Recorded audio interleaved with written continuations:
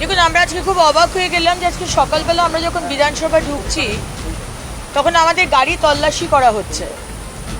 এখন তল্লাশির যদি বিষয় থাকে, সিকিউরিটি ইস্যু, তাহলে তো যেদিন থেকে বিধানসভা খুললো সেদিন থেকেই সেটা করা উচিত ছিল।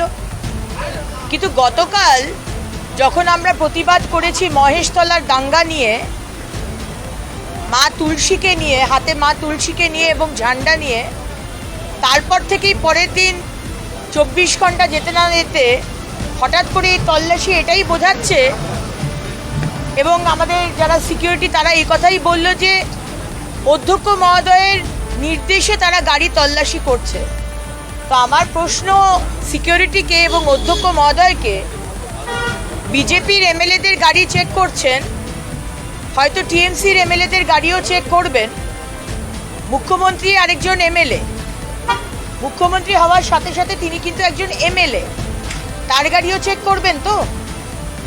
এবং অধ্যক্ষ মহোদয়, আপনি যদি মনে করে থাকেন যে আমাদেরকে গাড়ি চেক করে আপনারা আমাদেরকে মানে প্রতিবাদ করা থেকে আটকাবেন, প্রতিবাদ কিন্তু চলবে। সে আপনি আমার গাড়ি চেক করুন, আমাদের গাড়ি চেক করুন, আমাদের ঝান্ডা বা তুলসী মা তুলসী গাছ ভেতরে না নিয়ে যেতে দিন, প্রতিবাদটা কিন্তু হবে।